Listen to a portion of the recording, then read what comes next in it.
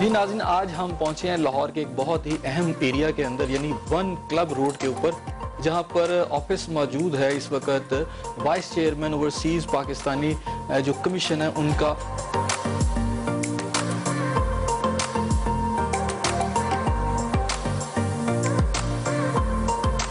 ये एक ऐसी सक्सेस स्टोरी है जिसके ऊपर आज हम आपको बताएंगे कि ये सक्सेस स्टोरी कैसे है। यानी वसीम अख्तर साहब जो कि वाइस चेयरमैन है इस सारी जो है कमीशन के, वो ओवरसीज़ पाकिस्तानी खुद भी हैं और ओवरसीज़ पाकिस्तानियों के लिए काम कर रहे हैं। वो कैसे काम कर रहे हैं और पाकिस्तान के लिए वो एक कैसे एक सक्सेस स्टोरी है, नौजवान नस्ल उनसे क्या इंस्पिरेशन ले सकते हैं, इस पर चलते हैं और बात करते हैं। जी नाज़रीन, हम बात कर रहे थे वसीम अख्तर चौधरी साहब की। अगर बात करें वसीम अख्तर चौधरी साहब की तो बड़ी लंबी इनकी जद्दोजहद है। जो मुकाम इन्होंने आज बनाया है उसके पीछे मैं समझता हूँ कि दिन रात की अनथक मेहनत है। बिजनेस में आए तो अपना एक मकाम जो है इन्होंने बनाया, मेटल अपनी प्रूव की। उसके बाद सियासत में आए तो फिर एक अपना एक मुकाम बनाया। और ये डेफिनेटली जब इंसान अनथक मेहनत करता है और फिर कोशिश करता है और फिर एफर्ट करता है, डेफिनेटली कामयाबी अल्लाह के हाथ में होती है। और फिर अल्लाह पाक जो है किसी की जो मेहनत है उसे कभी भी जाया नहीं करता। वसीम अख्तर चौधरी साहब के हवाले से अगर बात करूं, जिस महकमे के नाज़रीन ये सरबराह हैं, उसके हवाले से ये बताना ज़रूरी है कि पाकिस्तान की अगर आप इकोनॉमी की बात करें, पाकिस्तान की मईशत की बात करें, तो इसके अंदर ओवरसीज़ पाकिस्तानी जो है वो एक रीढ़ की हड्डी रखते हैं। इस वक्त $20 बिलियन ऑलमोस्ट अगर राउंड अबाउट में बात करूं तो ये हर साल पाकिस्तानी भेजते हैं, जो पाकिस्तानी इकोनॉमी को एक किस्म का एक समझे कि एक बहुत बड़ा इंजेक्शन है जो वो देते हैं पाकिस्तानी इकोनॉमी को। लेकिन बदकिस्मती से ये पाकिस्तानी जो पाकिस्तान की इतनी खिदमत कर रहे हैं, पाकिस्तान से बाहर भी रहते हैं, पाकिस्तान का सोचते हैं, उनके साथ यहाँ पिछले कुछ अरसे से हालात कुछ ठीक नहीं थे। बहुत सारी जो वो प्रॉपर्टी यहाँ बनाते थे, बहुत सारा जो बिजनेस यहाँ करते थे, उनके कब्जे हो जाना या उनके साथ ज्यादती हो जाना या बहुत सारे लोग उनको हड़प कर लेते थे। तो इस तरह के जो मसाइल पैदा होते थे, फिर उनकी दाद रसी जो थी वो बड़ी मुश्किल हो जाती। ऐसे में हुकूमत की जानिब से ये फैसला किया गया कि ओवरसीज़ पाकिस्तानी कमीशन बनाया जाए। ये कमीशन तो माजी में बना, लेकिन इसकी जो इफेक्टिवनेस है वो हमें इतनी ज़्यादा नज़र नहीं आई। ये कमीशन भी मौजूद था लेकिन जो लोग थे उनके मसाइल हल नहीं होते थे। लेकिन आज हमें ये पता चला और ये जानकर खुशी भी हुई कि 86% जो पुलिस के जो रिलेटेड केसेस थे, जो कि हम पूछेंगे भी इस वक्त वसीम अख्तर साहब से, वो उस 86% ये बताया गया कि जनाब इसमें कामयाबी है। कैसे है और ये उनकी जो ज़ात है ये किस तरह इस मुकाम तक पहुंची, इन्हीं से पूछते हैं। वसीम साहब बहुत शुक्रिया, आपने टाइम दिया। सबसे पहले तो मैं जानना चाहूँगा कि बिजनेस और फिर सियासत, कैसे आगे सियासत में आप? बिस्मिल्लाहिर्रहमानिर्रहीम। जी, सियासत से कोई लिंक तो नहीं था। पढ़ने वाले बच्चे थे, अपने पढ़ाई की कारोबार में पड़ गए, यूके मूव हो गए, यूके में बिजनेस इस्टेब्लिश किया। तो 2013 के इलेक्शन के बाद जब पीटीआई के धरने चल रहे थे तो खान साहब से मुलाकात हुई through one of my common friend. तो उनसे, उनकी गुफ्तगू से, उनकी बातों से इंस्पायर हुआ, तो वहाँ से मैंने पॉलिटिक्स स्टार्ट की। तो then I became part of PTI, Khan साहब की टीम का हिस्सा रहा हूँ। मेरी फर्स्ट अपॉइंटमेंट जो पीटीआई में हुई थी वो as a youth coordinator Punjab हुई थी। तो यूथ के साथ मैंने बड़ा लंबा अरसा काम किया, यूथ को मोबिलाइज किया। बाद में एक अलहदा से एक विंग मैंने इंसाफ टाइगर फोर्स के नाम से जो बनाया। तो खान साहब धरने के दिनों में जो सारे औरतों की हिफाजत के लिए जलसों के जो उनकी सारी लॉजिस्टिक मूवमेंट और सिक्योरिटी सारी वो देखते थे, वो सारा मैं लीड करता रहा हूँ। उसके बाद जो काम करते रहे पार्टी के साथ, जितने भी पोलिंग एजेंट्स की ट्रेनिंग करवाते थे हम लोग, पोलिंग एजेंट्स मुहैया करते थे ज़िमनी इलेक्शनों में। हर इलेक्शन में हमें 1 या 2 वार्ड्स कैंपेन के लिए दी जाती थी कि आप लोगों का टारगेट है कि ये जितानी है। और हमारा सक्सेस रेट थ्रू आउट 100% रहा है पार्टी में। जब भी कोई इवेंट हमें या कोई इवेंट दिया गया है या कोई असाइनमेंट दी गई है तो उसकी 100% डिलीवरी थी। तो ऐसे ही चलते चलते फिर पार्टी का मरकजी सेक्रेटरी पब्लिसिटी मुझे लगा दिया गया इलेक्शन से 1.5 साल पहले। जितनी भी फिर पब्लिसिटी थी, इवन के इलेक्शन की पब्लिसिटी तक, वो सारा मेरे ज़ुम्मे था। अभी जब सारी तंजीम डी नोटिफाई हुई है तो तब तक मेरा मरकजी सेक्रेटरी पब्लिसिटी का ओहदा था मेरे पास। बाकी ओवरसीज़ पाकिस्तानी कमीशन जब हमारी गवर्नमेंट आई है तो मुझे पहले advisor to CM for sports and youth की जो बात की गई थी, प्राइम मिनिस्टर साहब चाहते थे कि मैं यूथ को और स्पोर्ट्स को देखूं।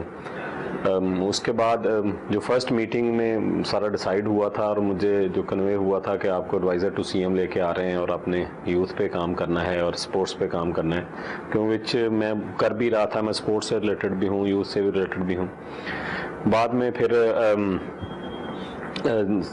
यूथ का तो हमारे उमर साहब हैं, हमारे एमपीए, उनको एडवाइज़र टू सीएम लगा दिया गया और उसके बाद फिर वो दोबारा से मुझे खान साहब ने ओवरसीज़ पाकिस्तानी कमीशन का जो, क्योंकि ये रिकमेंडेशन थी चौधरी सरवर साहब की कि वो समझते थे कि मैं बहुत ज़्यादा मैंने बाहर के मुल्कों में गुजारा है, मेरी अपनी तकरीबन 112 मुल्कों में ट्रैवलिंग है, एक अरसा मैंने एजुकेशन भी मैंने बाहर के मुल्कों से हासिल की है, मैंने जॉब्स भी की हैं, तो 15-20 साल का अरसा मैं बाहर के मुल्कों में रहा था।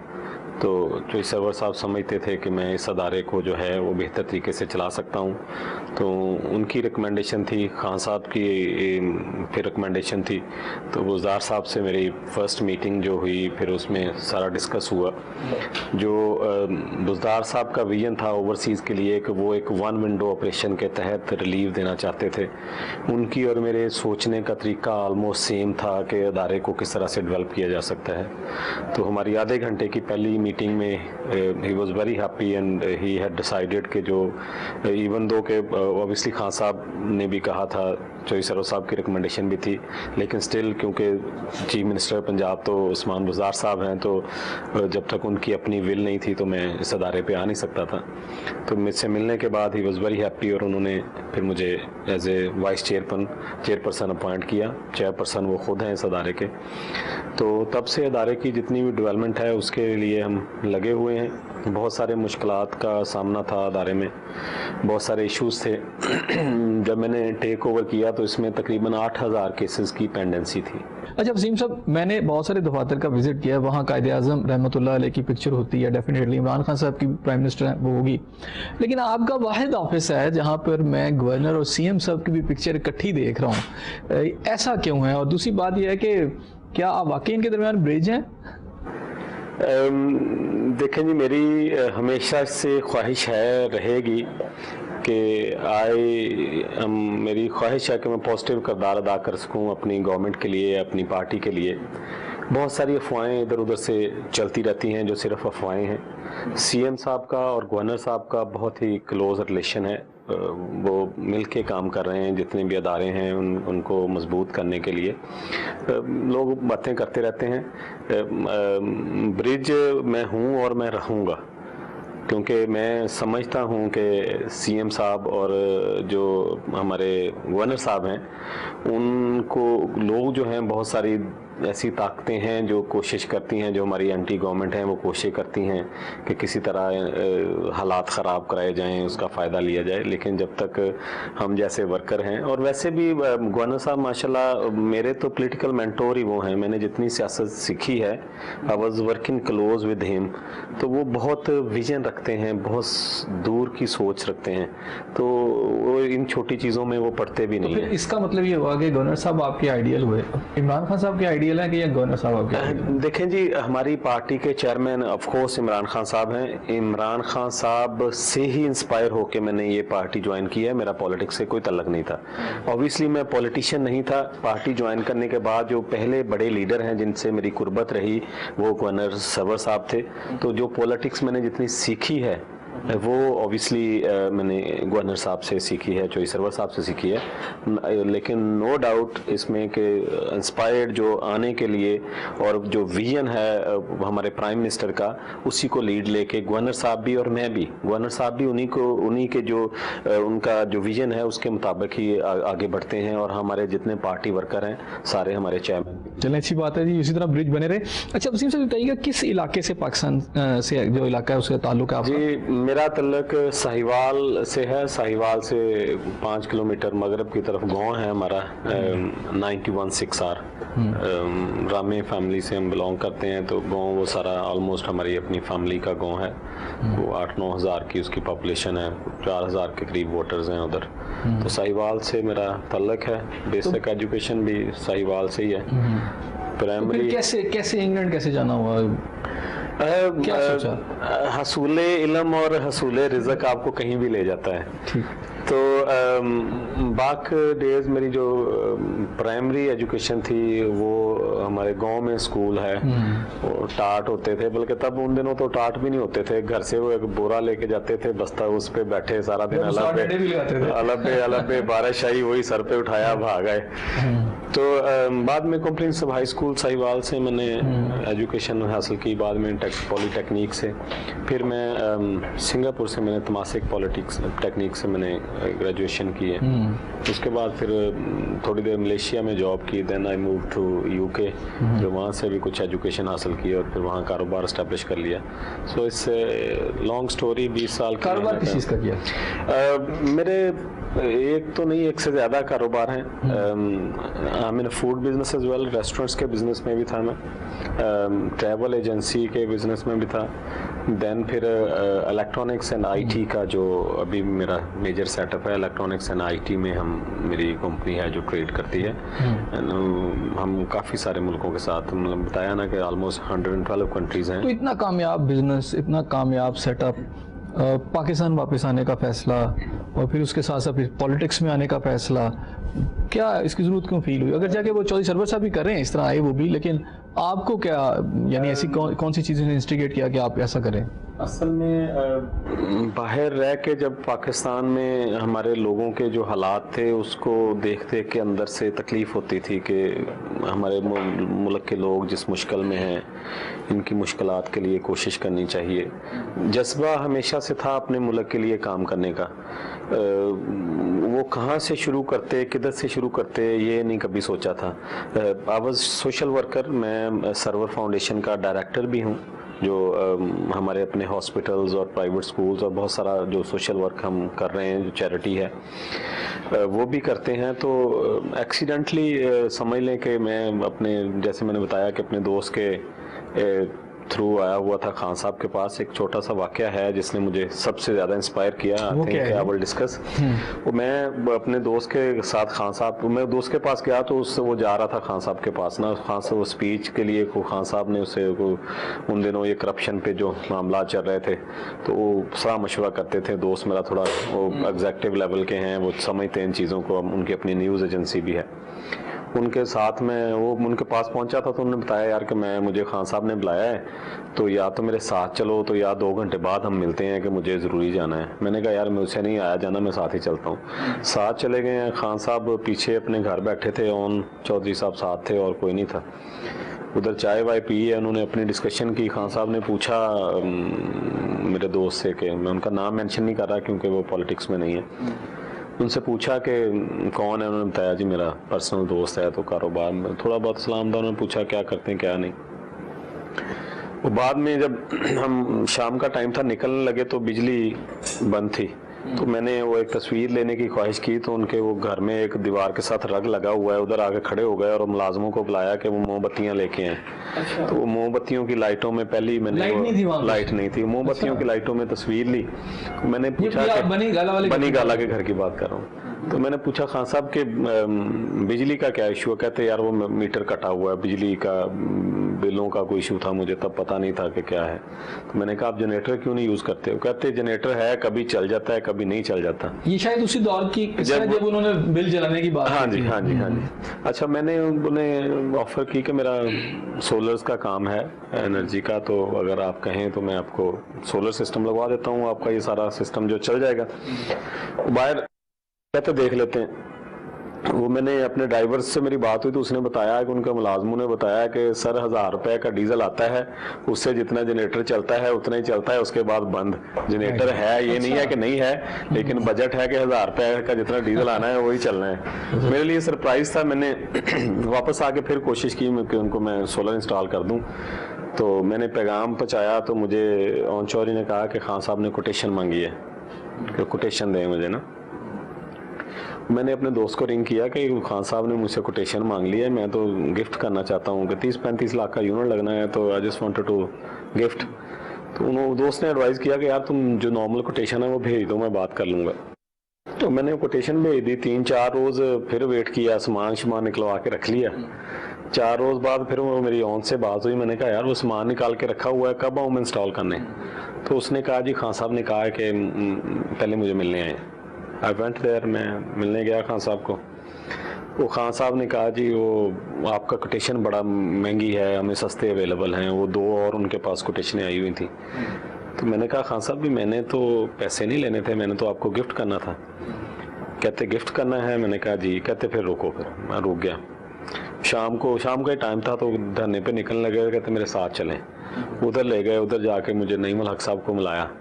तो वहाँ जाके उन नईमुल हक साहब को बताने लगे कि जी वसीम साहब हैं, मेरे फ़लाँ दोस्त के दोस्त हैं, तो ये हमें गिफ्ट करना चाह रहे हैं। तो मुझे उन्होंने कहा जी जो भी गिफ्ट करना है आप मेरी पार्टी को करें, मेरी पार्टी को पैसों की ज़रूरत है, मेरी पार्टी को इन चीज़ों की ज़रूरत है, मुझे अपनी ज़ात के लिए कुछ नहीं चाहिए। तो मैंने उधर फिर क्वाइट बिग अमाउंट का मैंने चेक उधर दिया। फिर मुझे मेरा इंट्रोड्यूस भी करवाया खान साहब ने। ऊपर चढ़ के जब उन्होंने तकरीर की तो वो सारी इस मुल्क के गरीब आवाम के लिए थी, इस मुल्क के मसाइल के लिए थी, जो मेरे लिए इंस्पायरिंग था। 10 वेयर के मैंने। अच्छा, वो जो फंड लिया उन्होंने कोई रसीद? हाँ, बकायदा उसकी। ये हमेशा मैं बाद में भी फंडिंग करता रहा हूँ और हमेशा से खान साहब की तरफ से साइंड रिसीप्ट जो है पार्टी की तरफ से रिकॉर्ड में मेरे पास पड़ी है सारी।